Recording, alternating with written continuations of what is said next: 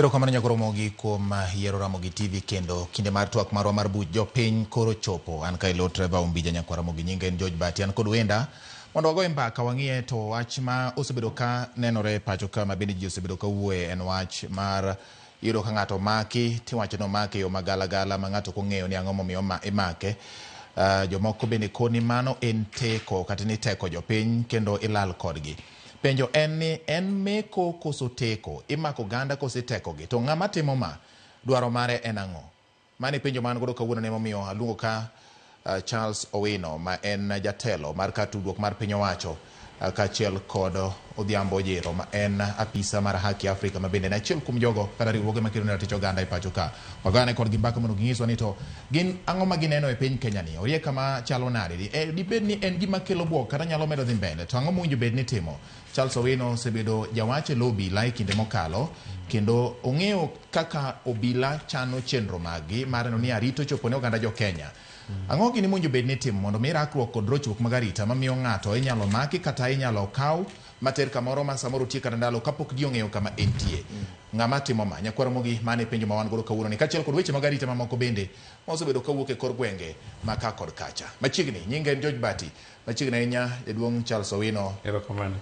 Machiegni ahinya Odhiambo mak Ojiro. Erokamano. Penjo maduong' manitiere ka ni en teko japiny koso mako japiny. Teko japiny nyiso ni okawe gi thuon, odhi kode. En ng'ama samoro ni dhi e chiro to po mana ka jomoko kawe to dhi kode kama jogi tere ok ong'eyo, samoro gin jomo twe wengegi ma ok onyal ng'e ni gin ang'o gini. Chik mar obila kata chik mar arita Charles ong'eyo kendo biro leronwa kaka owinjo bed ni ng'at manie tich ka en apisa mar arita owinjo bed ni omeko. Odhiambo mak Ojiro bende biro nyisowa ni gin ang'o gini ma gin giwegi giseyudo e ripod margi ma kaka joma kelo ratiro mar oganda. Machiegni uru mondo wachak twak ka umoso nyikwa Ramogi otieno ni e buch jopiny. Ma en buch jopiny, wawuoyo gi jopiny, wago gi jopiny, wanyisogi ni magi gik matimore to kaka owinjo bed ni ji dak. Machiegni Charles. Erokamano.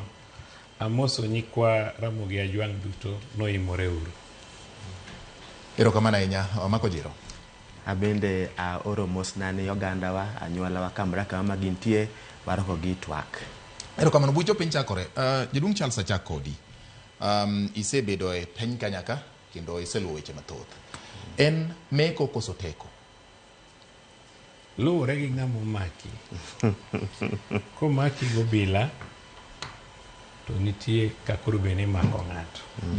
Wach komaki gobila to bende obila nyisi ni an obila wuok e station makama, abiro maki niwach kosa makama. Obila nyalo bedo gi law obila to bende dware ni gibedo gi gimiluongo ni certificate of appointment margi maginyiso. Yes. Seche moko be waseneno kuonde moko ma obila ok omako ng'ato, otego ng'ato, miwacho ni abduction. Inwang' ka nitie some activists nchaneno komak Mwangi to inwang' ka ng'ato dwaro ni mondo omake gi style. Jok ma activists gi ong'eyo ni komaki gi style ma igo koko timaki to igwecho. Ikiro tiende ni. Ikiro tiende ni. I-attract jok ma itiyo godo. No maki yo marach. But mano is not the case. Orbeni mako ji gi standard procedure. Mondo bende okony japiny mondo ng'e ni to ng'ama imako ni imake go bila dieri ose imake gi joma undu. Wach pod inyalo mak ng'ato gi joma undu. Yes. Erokamano. Erokamano ahinya. Odhiambo mak Ojiro. En meko koso teko kaluwore gi report moseyudo? Kaluwore kod report ma wan go, experiences ma wa jomo oteki ama jok momaki miyo wa go feedback en ni chakruok weche mege Gen Z bedie. Sirikal osebet ka teka dhano nyara. Kata sama walose ni nende wan rwaka kijana miluongo ni Lavana, one of the Gen Z leaders.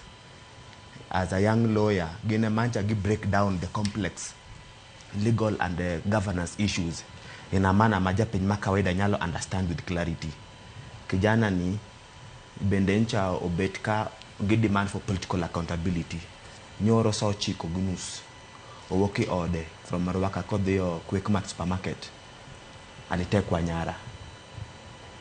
kaka nyom kawe no simbe olor family o move from different police stations kawuono kane wa call press conference kod evidence mane wan go bua ngiso gi wa expose serikal ne manyote Kenyara gigon wasim gi mosa 12 ni biuru ka ngatu koro ka en meko dongi yene mondo communicate kod family ka en meko dongi introduce yourself ka en meko dongi I make sure ni kama entie band is made public ka en meko dongi introduce yourself koro it is true as a community challenge nitie iweche kaka obilatiyo to aparo ni mbekni mwagoyo kod Mr. Charles Owino kod in kod jolony mamoko goganda luo nyalo konyo mondo res wechegi mondo wa make sure no bila michulo kod pes jopiny otiyo iyo maber kendo tich margi dikelo siso maber no ganda kendo gipinywa. An gi penjo kuom wach mar wakani.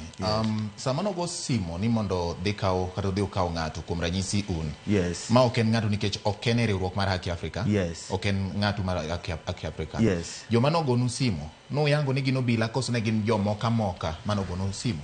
Very good. My an a young lawyer, yes. My yakancho graduate ncho osano timo pupillage mare. To kanyoro bed abducted nyoro around Sochiko Ginus. To samanyo joka o abduct o ambush to oketo voice record on ko o communicate kod girlfriend mare. Koro penjo gin nyinyi ni nani? Mbona mjitambulishi?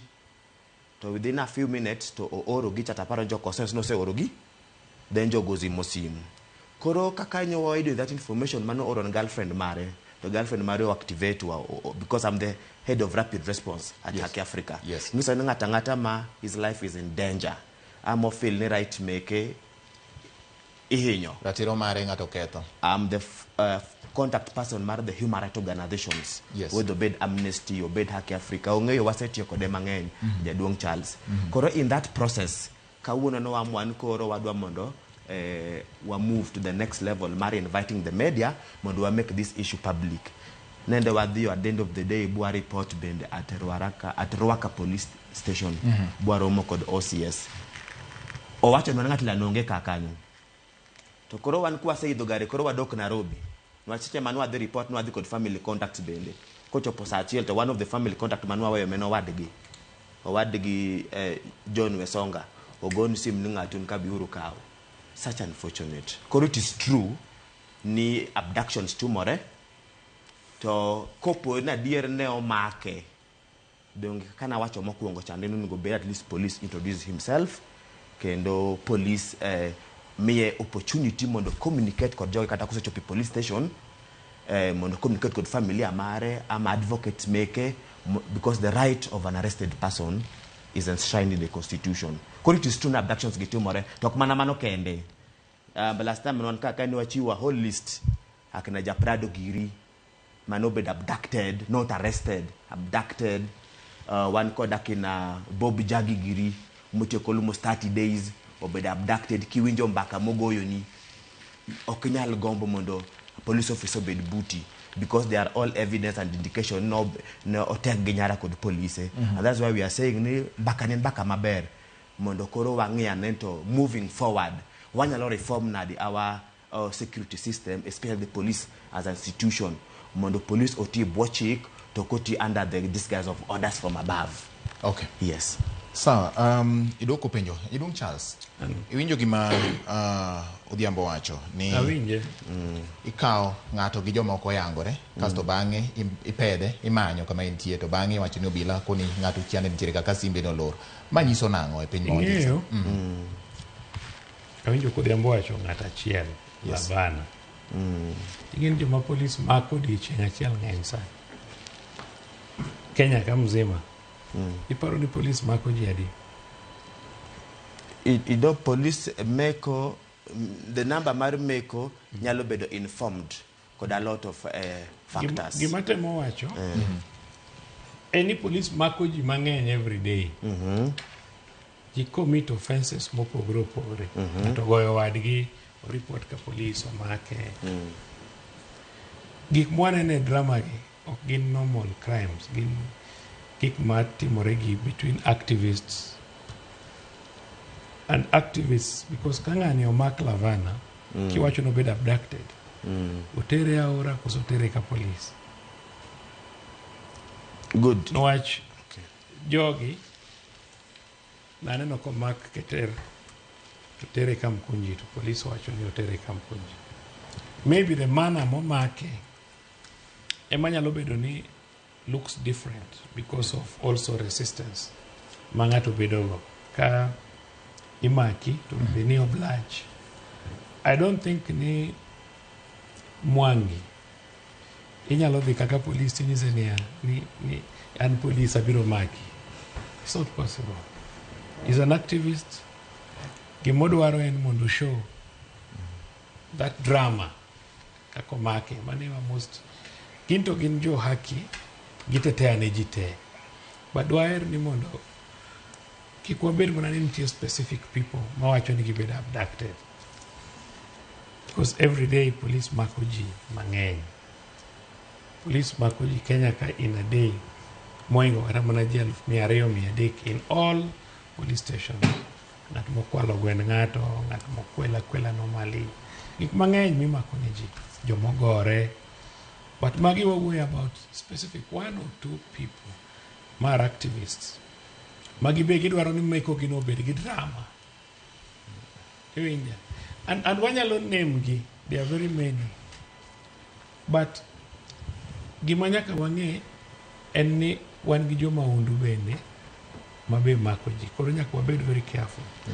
But aher ni jo human rights otem mondo bed gi a close relationship gi police. Kik ubed ni saduto umiyo mana police image marach. Nwach kata sama itimo investigations, ng'ama present the scene of crime en japiny. To jo human rights gi oseketo image mar police gi jopiny obedo so bad.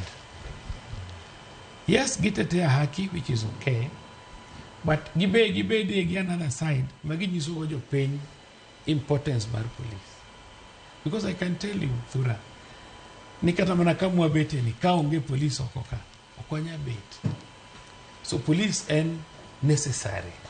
We agree. So gimwa wacho en ni kopo ni police otimo marach, a particular policeman, that policeman or bedo dealt with.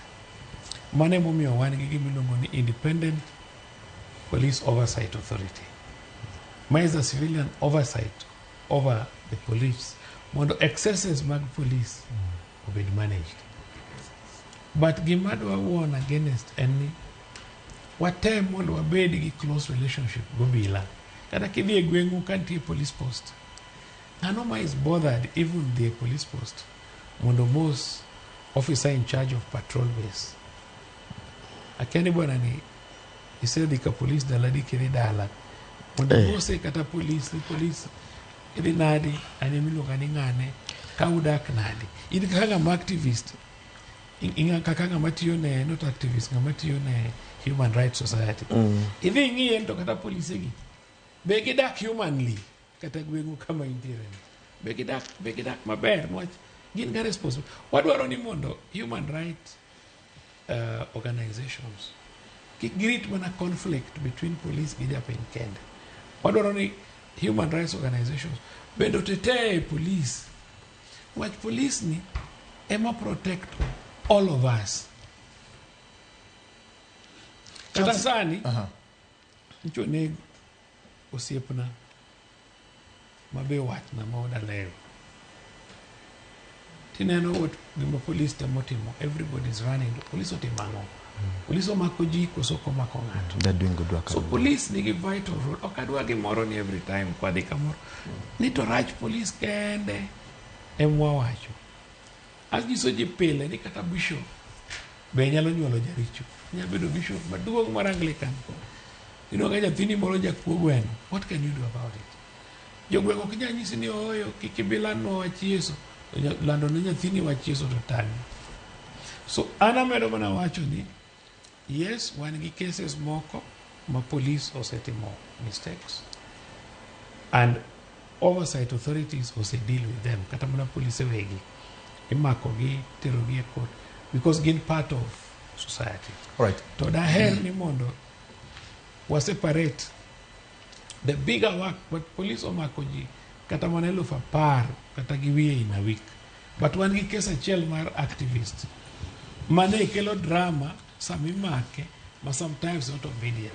Okay.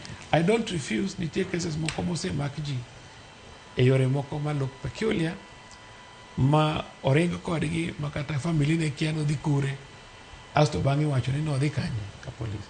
So anatemo mana wacho ni wa improve uru relationship kind obila gi jopiny. Kama police otimo marach wach ni oyo ka police otimo marach to police no mondo kaw ne atua kaka police.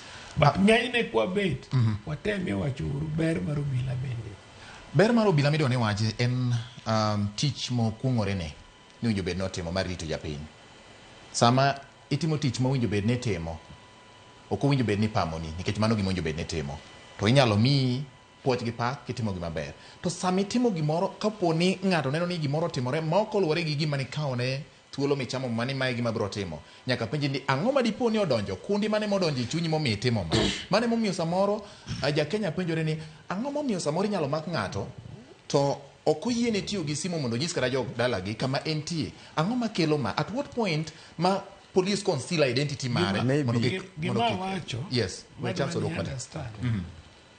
Ni yes, nitie cases ma police timo makosa. Yes. We must admit, gin human. Gima tetea en ni majority of the policemen tiyo maber.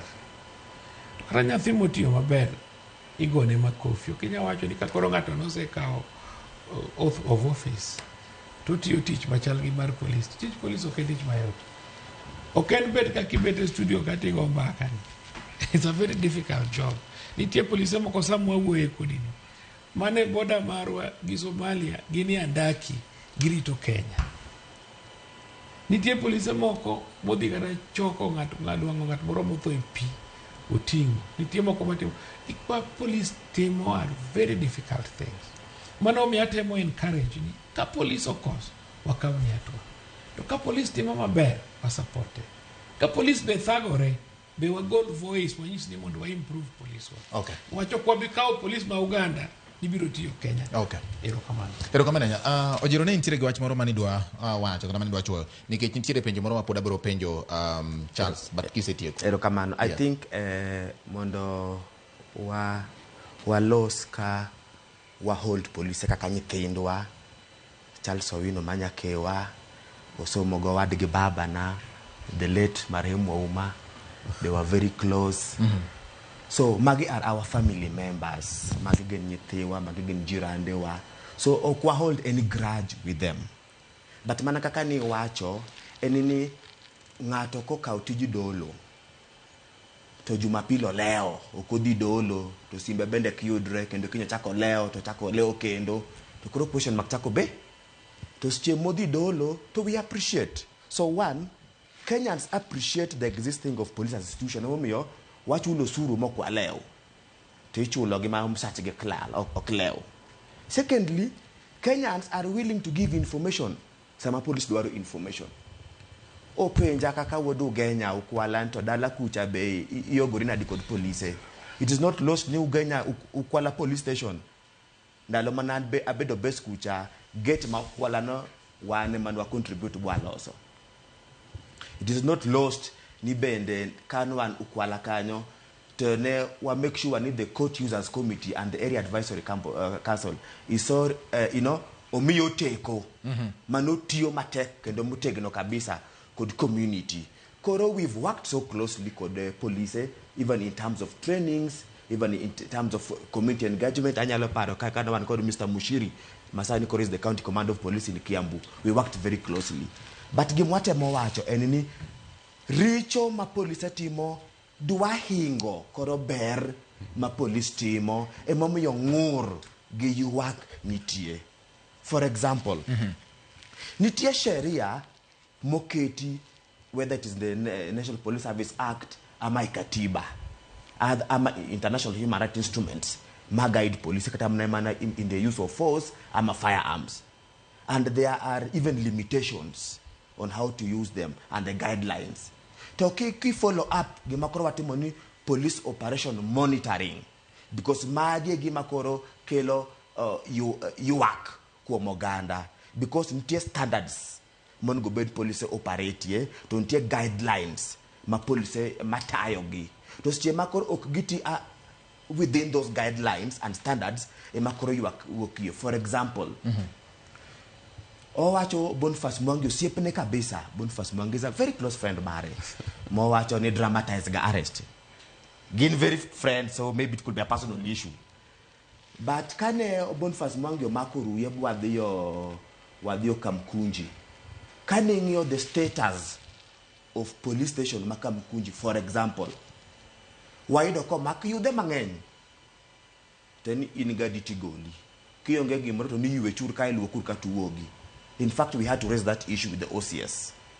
So, my thinking, enemy, can't you work moko ma are real, are tangible, and can be identified. Have you raised that with authorities? EACC. Nikech mano en mibadhi. Mano bende usetero ne EACC koso. No, take milongo na administrative actions. For example, you speak, ingen o wacho ni nyaka bed kod collaborative efforts.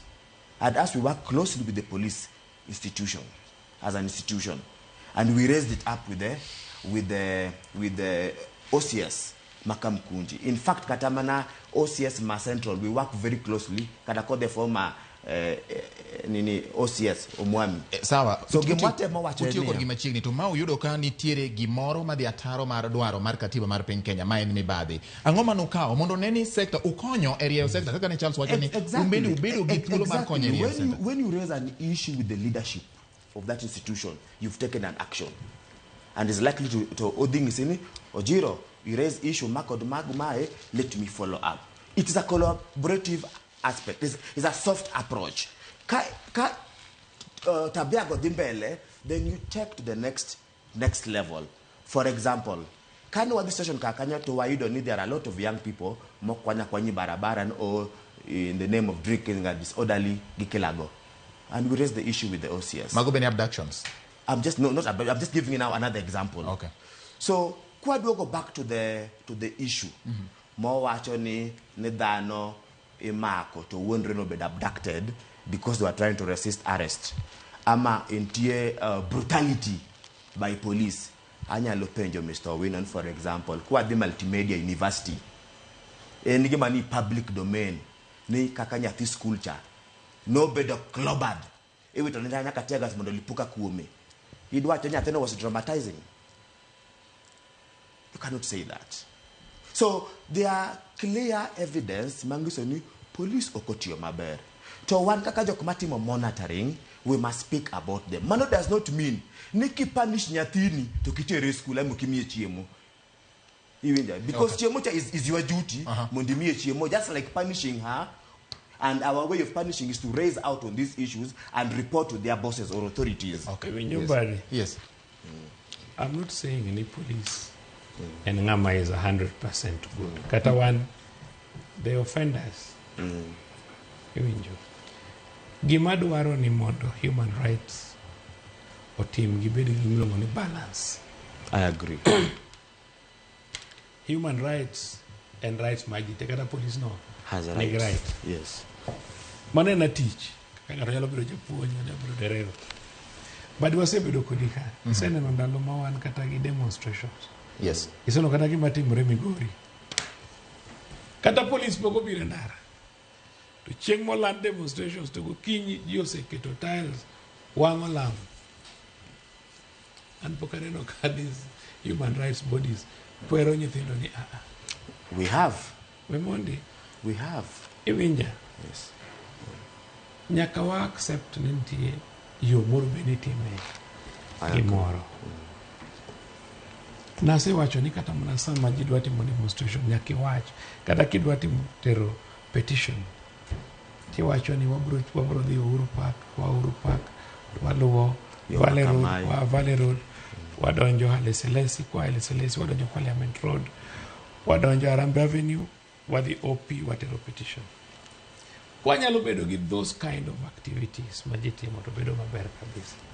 But most importantly wadwaro ni mondo ne wachak gimoro ni community policing. adwaro ni kata mana kidhi e gweng' moro bed ni jo gweng'no is aware ong'eyo officer in charge limbe mari ong'eyo polise man kanyo iwinja yes polise en ng'ama onge kata puodho mopur osache be thin that is the truth police chamo siling kata watchman ma KK ondikne msara moingo police lakini ng'e man yes kawuono kidhi register ja KK watchman ichaji mana 48,000 bade aparo ni ng'e man watchman ma KK kobiro rito ka 48,000 dipo ni mano yiene mondo obila otim tich magalagala ok awacho ni mondo obila otim tich magalagala awacho ni obila tiyo tich mang'eny to an pesa mathin ema penjo ni dipo ni koro pesa matin emomiyo koro yango donje tim man ok awacho ni mondo donje timno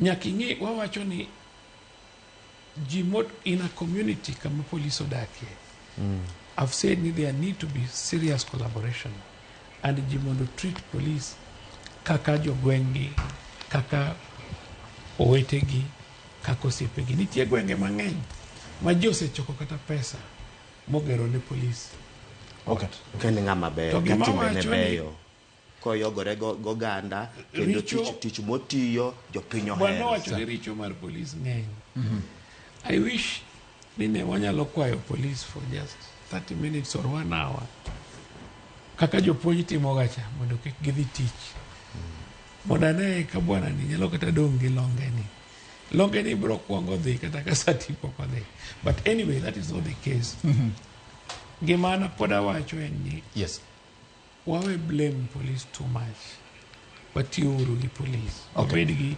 cooperative policing programs ineno kata ka mutien un gi police mutiyo ka yes ok awinjo ni gimako ng'ato e iye ka tich ma gibiro timo ka en security but wa collaborate wa support gi uru kama nitie problem wawach but motimo marach yes to must be dealt with now to Charles, groups mag activists to wadwaro ni mondo human rights organizations otemo konye mondo also ulimit gi iwinjo inongo ka ng'ato en an activist to yenye Twitter oyenye X ti nyako moro kabiluongo nyinge yenye from morning to evening ena uchokozi after uchokozi omiyo it is important mondo security mar piny is important and okwanya bedo gi security mar piny maber kokwanyal tiyo go bila maber okay to asewachonu ni onge kata mana family u minya wacho ni ji te are 100% to joma richogo must be removed Okay. must be dealt with Charles kapok amiyo Ojiro thuolo thoth gik miwacho ni gin teko kata teko ng'ato iyudo ka samoro ng'eny gi timore seche mag otieno ma ji oseripot kata jok momaki oseripot gin seche mag otieno iyudo ni samoro ng'ato wacho ni saa 8 mar otieno jomoko nobiro manye ot ka saa 9 mar otieno jomoko nobiro manye ot ka ma en ng'ama achiel kuom nonro manitiere ni obila nyalo tiyo kod simu mar ong'we yamo mar ng'ato mondo ng'e ni ng'ane ni kama to bende onyalo nyise ni wadwari bi e tesend obila nitiere wach moro mwadwaro kuomi mondo indik dhogi kuom giming'e wachni then japiny nyalo chiwore mondo bi nang'o samoro meko gi timo e chuny otieno ang'o makelo ma nitie joma ng'eny ma ok kinyise ni obi ok obi biro majority and ong'eyo joma gitiyogo especially activists ok inyalo nyiso very few activists minyalo luongo mabi e police station kata mana sani kata mana in kae ng'ato nyalo kwali to ok inyalo yude during the day inyalo mana manye saa 9 saa 10 fix about saa 8 iwinjo omiyo ok inyal fault time modhi makie jakuo kata ng'ama imanyo inyalo maki anytime and many a times no kimako ji gotieno nwacho chere magiseti mang'owa giretire back ong'we yamo inyalo luwo go ng'ato be osemak go ji mang'eny to joma jokuoge bong'e kaka tiyo so kochuno ni in kwanyisi ni biro nyaka ibi ka polisi onyisi kawuono ni ibi nyaka niwachi ni gi tich kae kok ibiro to ang' noriti e dho studio kata imaki so there is no way, but nitie ng'at moro ma ohinga mong'e kama entie. So nyaka wa agree ni police timo tich matek sana. Sani wan kata gi wakora mang'eny makwalo kata ji M-Pesa, kwalo ji kure. Ineno ka tijego te omi police mondo luwgi. So an gima wacho en ni wamed collaborate gi police to wami tij police be nying maber. Anyiso ga ji pile ni kinyiso ng'ato ni tiye mochari to all look down upon you ni tiyo kamarach. Lakini ka ng'ati otho tiye kata miyo ng'ano pesa ni bwana kan na ng'ata ni maber. To because of me nying marach no tiye mochari. Apenjo jin to kara laktar to tiyo kuru. Kind student mar medicine. To mani ofisi from morning to evening. Ang'o miyo laktar ng'ato ada maen wacho ni mano ng'ama tiyo tich maber. To ng'ama konyo laktar ti wacho no tiyo tich maber. Omiyo tije wagi watemuru mondo wamigi nying maber. Okay. Mondo wakonyre maybe mondo wanwang security. Yes, maybe just mondo add mana paro moro matini gima Mr. Owino wacho en ni ka in gi dalani gi nyithindi gi jogi en jukumu mari mondo nyis nying maber no gandani. To ka nyingi ber kendo kitimo gik mabeyo to gandani bende mi puoch. So mano nyiso ni police wegi nyaka gikaw mstari mambele mondo gik magitimo ge obed gigo mito mat itime bwo chik kendo gin gik mami nyingi gi institution mar gisiso. Because ko owacho ni jopiny ama majority mar jopiny ok puo kendo ok tambua tich ma police tiyo. Jopiny tambua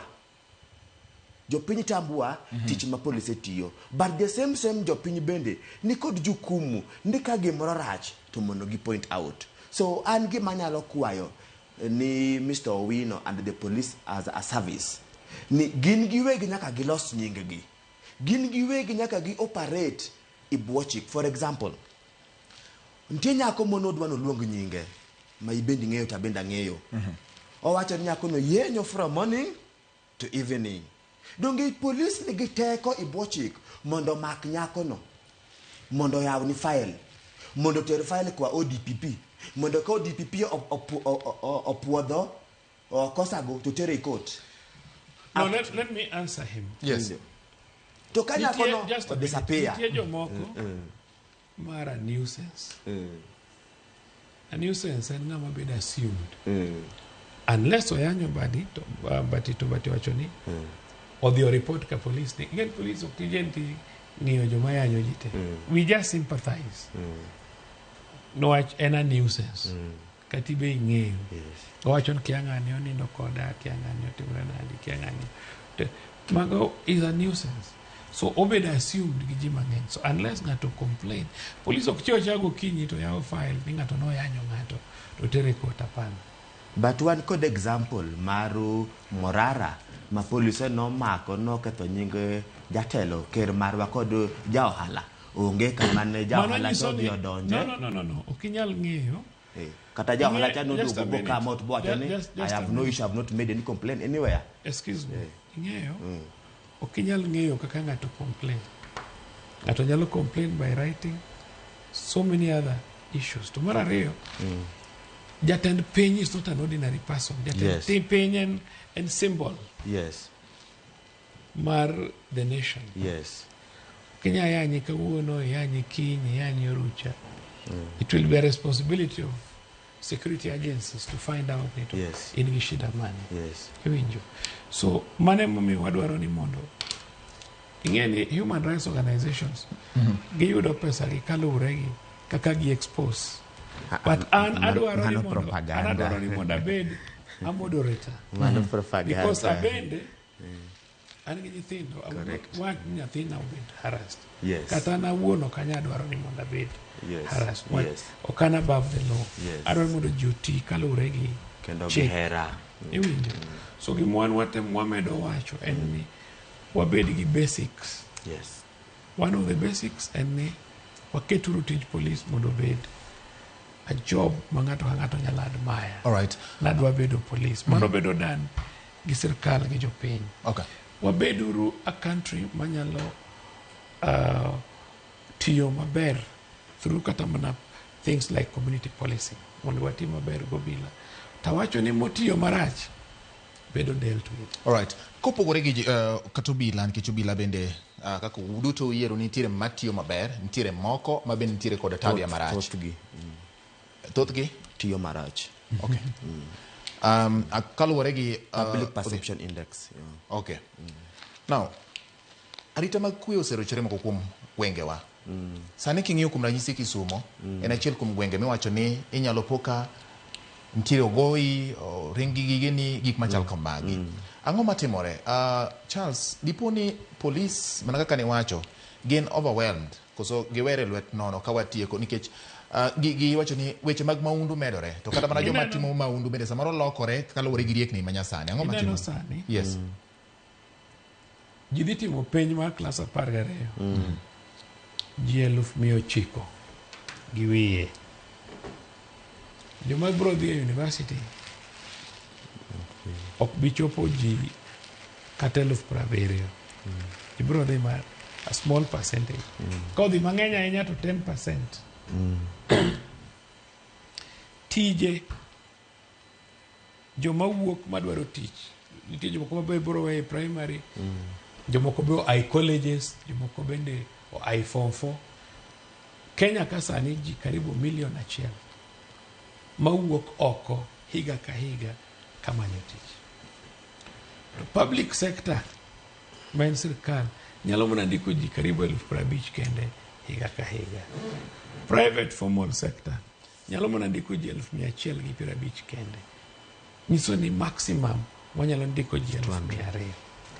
Mane momiyo sirkal masani ne dwaro ni mondo wa promote wach mar pur. Nwach pesa miyudo ka 50 to 60% mar pesa usara miyudo ka dhi e chiemo. Either chiemo family or joma close to you. Idongi 40% kende. Jok mok tigi puodho bok gidhi. Kidhi kata dala. Inonka yore mang'eny. Odhi e bar, odhi e shopping center. Giwuotho gi baya. Magi lack of employment to kod tiyo matek. Emineno kokelo wach mag mibadhi mang'eny. Inwang'o ka ji dwaro life ngima maber to gionge tich to gionge pesa. Mane momiyo sessional paper number 1 ma higa 1986. Yes, go tieko Charles. No wacho ni mondo wa embrace agriculture, to wa embrace gimiluongo ni small, micro, small, medium enterprises, MSMEs. Omiyo wach mar tich eminongo kokelo shida maduong' ahinya e wach mar managing crime in the country. Nitie gik mang'eny. Wan kaka jo Kenya nyaka walok siasa marwa. Nyaka wabed gi siasa, wagol ukabila e siasa. And wabed ni komi ng'ato tich, to wanyalo tiyo, wanyalo winjore tich. Kanyo cha sirkandi ni obiro. Sirkandi ni nonwang'o ka sirkal moro cha nokawo gope mang'eny. Omiyo sirkandi ne nyaka nwang' yo magigologo manosuru kuom japiny. To because public participation aparo ni nokobedo maber ahinya, ji pok owuoyo maber ahinya, ji noko understand need mar chulo gik moko kaka osuru. Koro inwang'o ni joma bende ni oko mar sirkal madwaro ni mondo gibed e sirkal, gidwaro ni mondo giket ang'enge richo mar sirkal moloyo ber mar sirkal. Omiyo kwanyalo ran sirkal kaka an enterprise. Ng'eny ji kia meaning mar sirkal. Ji ok ong'eyo ni kata mana in gi an one part of sirkal in one way or another. Kendo wan ema wagoyo kura. Omiyo wanyalo golo weche mag ukabila. Wanyalo golo weche mag corruption. Sirkal nyalo tiyo maber. Sirkal nyalo yudo pesa maber. Wanyalo create employment opportunities. Kendo wanyalo manage yudhewa madongo. Kok mano timore. Pod wabiro bedo gi shida mar mibadhi. Gi shida mag criminality e gwengewa. Yes, kwa tieko Ojiro, mana wachni second match. I think ntie weche area dek ma wanyalo loso gumomiyo wan kod rocketing wind or wave mar crime. Yes. Gwenge kaluo. Mokuongo en ni wan kod a huge population ma are not skilled. So they cannot contribute to the development mar gwengewa. Secondly, bende one called a lot of challenge with regards to technology mobile, because technology bend has also predisposed our own community members, especially the vulnerable, to criminality, because SIM is one of the gadgets and the applications are available. Exactly. Bende koro itiyogo mondo commit crime to bende have also complicated manyo jamahundu. Also, gima bende aparo ni your crime or the mbelahinya is gimilongo ni breakdown of our criminal justice system. Our criminal justice system nigi challenge from investigations ma are shoddy to prosecutions ma bende are niko challenges megami babe. Ana won katakan ndalo mana natio from Siaya.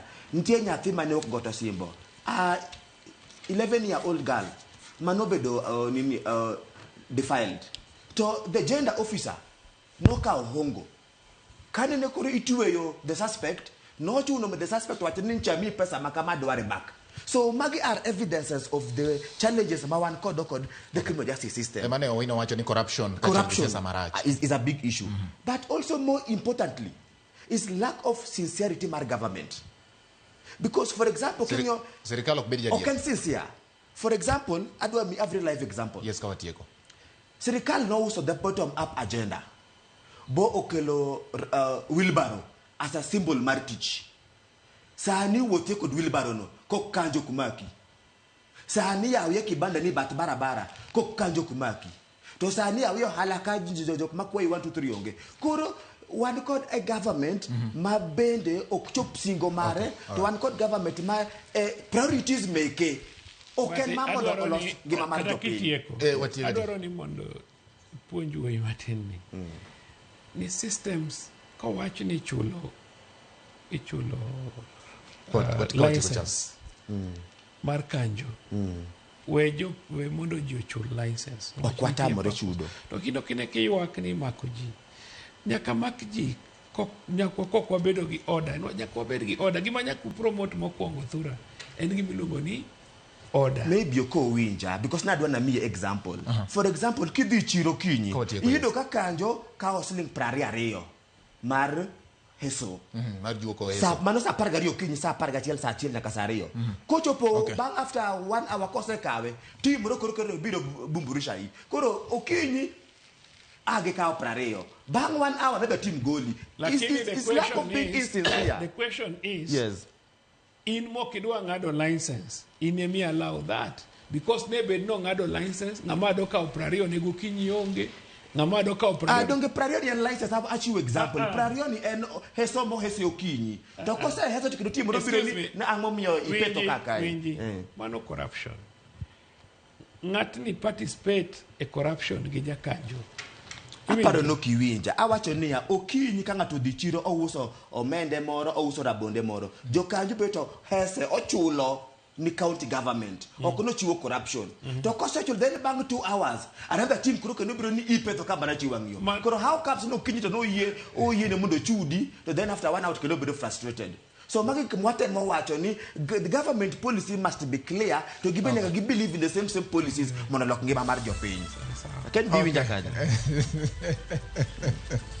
Ya koro Ramogi mano obedo bu jopiny erokamano kuom yiero Ramogi TV kendo bedo kodwa oguda kaisa inya erokamano inya ketire gwenge maga Makalda Don Jamigori bende wacho ni weche mag maundu kata weche mag kosruok magarito monene dhine no opira moro ni goyo gotieno sani ndire gwenge mag Kisumu. Kata kamano nyakwa Ramogi erokamano ne jaduong' Charles Owino ma en jatelo mar katudruok mar sirikal kaachiel kod apisa mar Haki Afrika iluongo ni Odhiambo Ojiro kuom biro mondo wang'e ni to weche mag maundugi kata achiel kod weche mag meko gobila nyalo tiyo nade gi jopiny mar mondo ji ong'e ni obila gin achiel kuom chenro kata okenge ma sirikal oketo mag kelo kwe kaachiel kod ngima makare to japiny bende ting' mare en mane mar neno ni okonyo obila e timo mano tudruok e kind jopiny kod obila kaachiel kod neno ni obila bedo tiyo kaluwore kod chike margi. Nyinge en George Bati iloyawa duto te koting'o director mar Philip Ochienge kod picha mar Ernesto kaachiel kod jaloko mara mabende wabedo godo ka iluongo ni Elizabeth Otieno gi in bende oriti masani Otieno mokwe.